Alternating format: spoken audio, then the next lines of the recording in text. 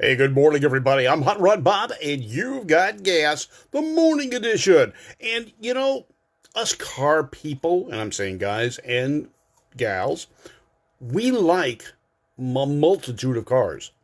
If you're really a car person, you like many different brands, many different body styles, and many different ways a vehicle can be built.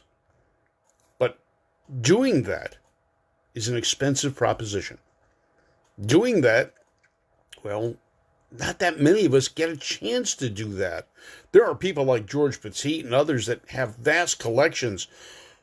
Oh, Mr. Myers, he's got some beautiful cars. But not everybody is in the financial position to do that. But there is a way. And it's the way that most of us got indoctrinated into the car hobby. Hot Wheels enabled us. Matchbox, if you're older, you remember those.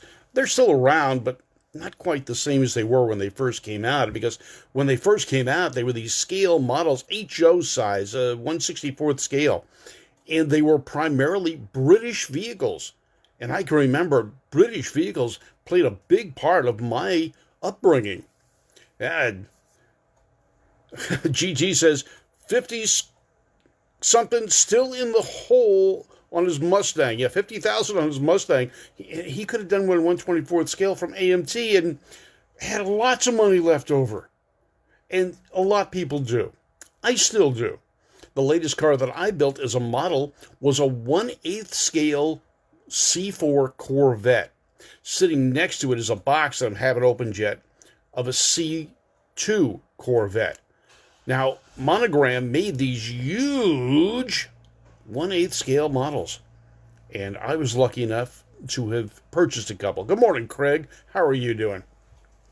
So I did. These were things I wanted when I was a kid, but I couldn't afford them. As an adult, I had a little extra money, so I bought these huge Monogram models. Now, the other thing I've got is the visible V8. I've got that too. On my list of cars I would have loved, or models I would have loved to have gotten, there was a series from Renwall of the visible V8 came out with. Now, it was before Monogram bought the rights to that. It had an operational transmission, differential, the engine, all powered by the little electric motor, a full working suspension and braking system. It was a chassis, 1/8 scale. If you can find those now, they can go for, wow, thousands of dollars. Morning, Debbie. Lotus Elvira GT. Elvira GT. And that's what you'd like. Well, you could probably find a model of these. Now, a lot of companies made these originally in acetate plastic. AMT was one of the first ones to injection mold these cars, and they did it as dealer promotional models. They found that people liked them. They started making kits of these as well. Their first business venture was with Ford, and they were the provider of Ford. Now, AMT was not a plastic car company at the start. AMT was aluminum model cars. That's what they did. And they built them for Ford. The object was you build them to look like what was on the showroom, but many dealers couldn't have every car color available. So with the promotional models, they had every car color they could get. Evora. All right, there we go, Debbie. We got it now. All right, so you could get this model, this promotional model, at the dealership. They were painted with genuine Ford paint, so the colors were exact. The car detail was pretty darn close, but not as good as the scale models that came out later, just a few years later, when they started doing them in plastic. Now, AMT started with this acetate plastic, but found that it kind of warped.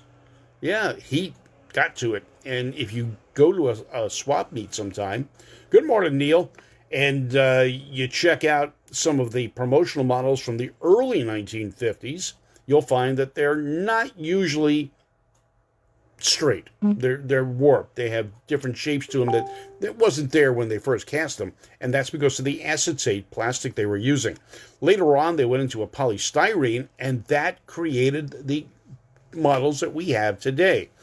Now, For me, the first model car companies I knew of were AMT, Revell, Monogram, and Johan. Now, AMTs were the easiest to build.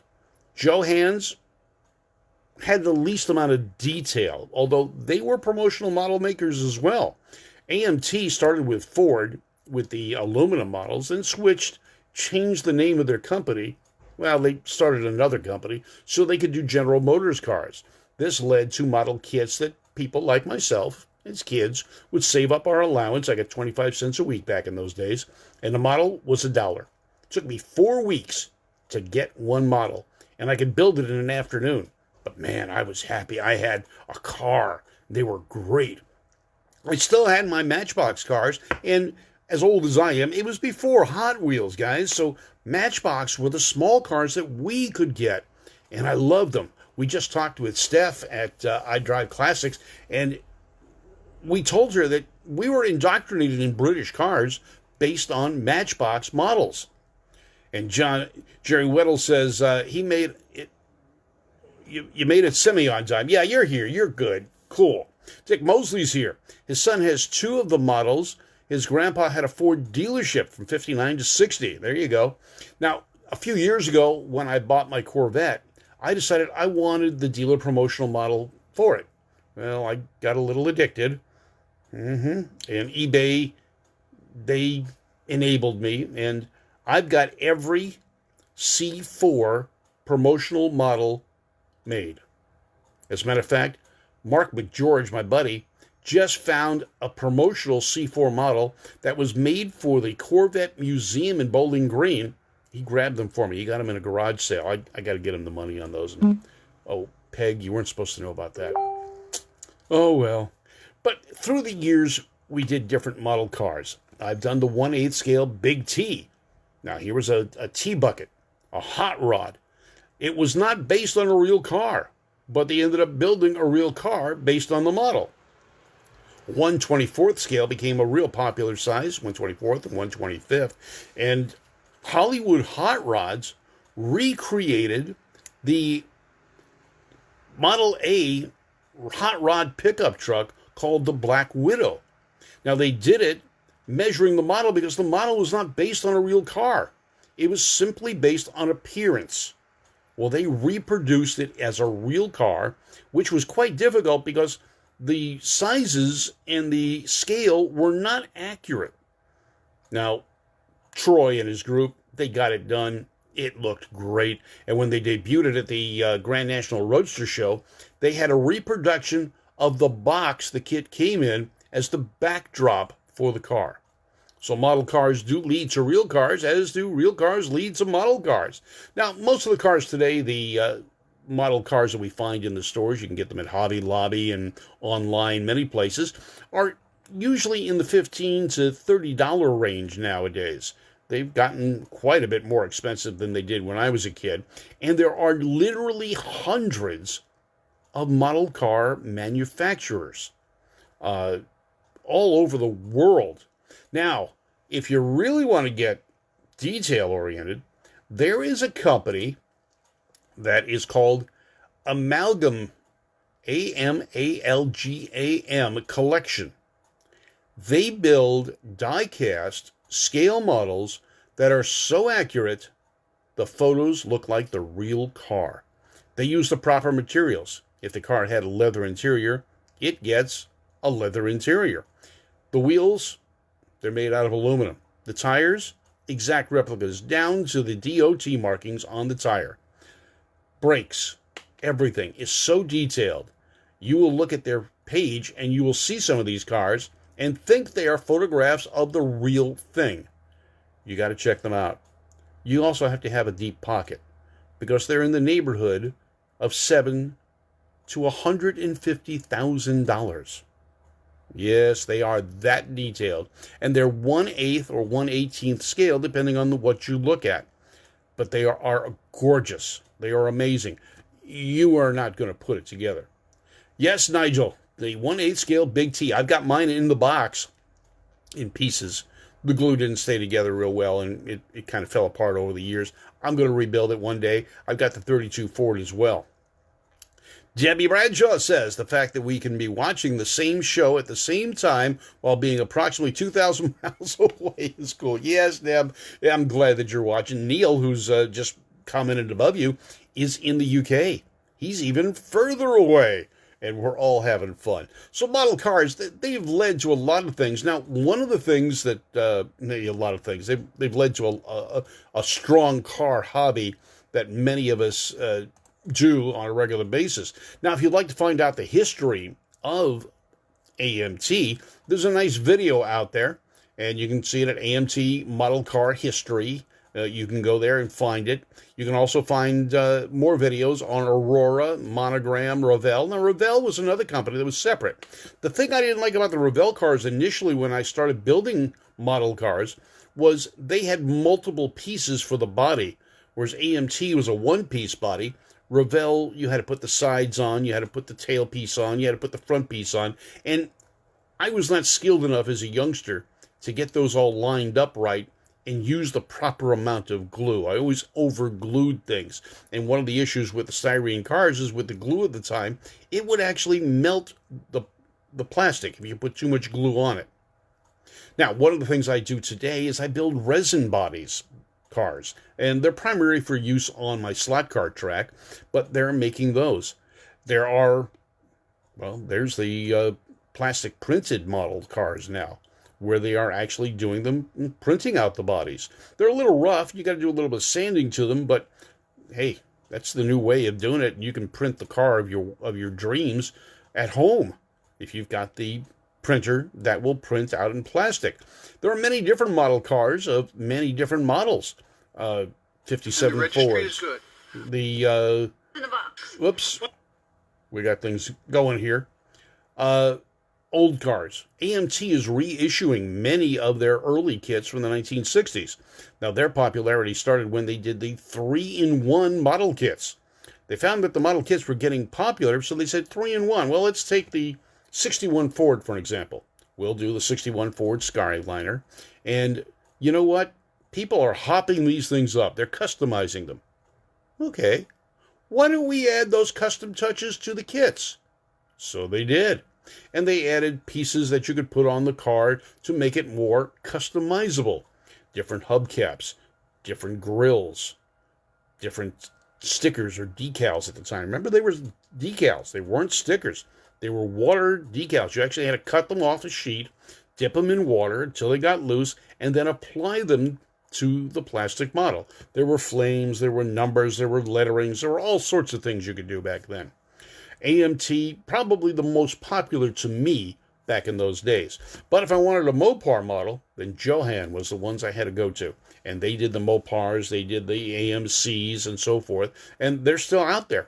Matter of fact, a few years ago, I took one of the AMCs, a Rambler station wagon, a Rebel station wagon, and made it into a 1/24th scale slot car. Yeah, it worked. Beautiful. Now, it's not a very fast car, but it was cool looking, and I did it. I had it. I had fun. It gave me something to do in the evenings other than sitting in front of the boob tube watching TV. Or, well, it was before Facebook, so I wasn't even on Facebook back then. But model cars are the enabler.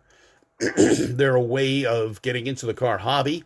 They're a way of living your car dreams on a beer pocket or wallet. You don't need big money. You don't need a lot of room. Well, it depends on how bad you get at this hobby. I've got a bookcase and a closet full of these things. A lot of die-cast for me. As a matter of fact, Mark McGeorge just brought me a funny car die-cast. It's still in the box right now. It's going to stay there so it stays pristine. But I'll show you one of mine. Stay there for a second.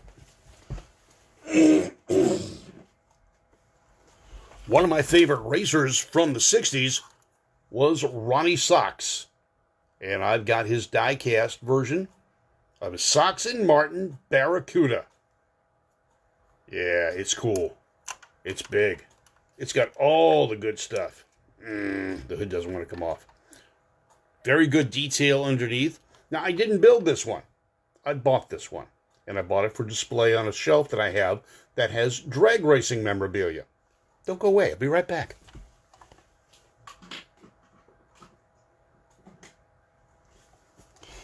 Now, one of the reasons I got into motorsports announcing was Dave McClellan.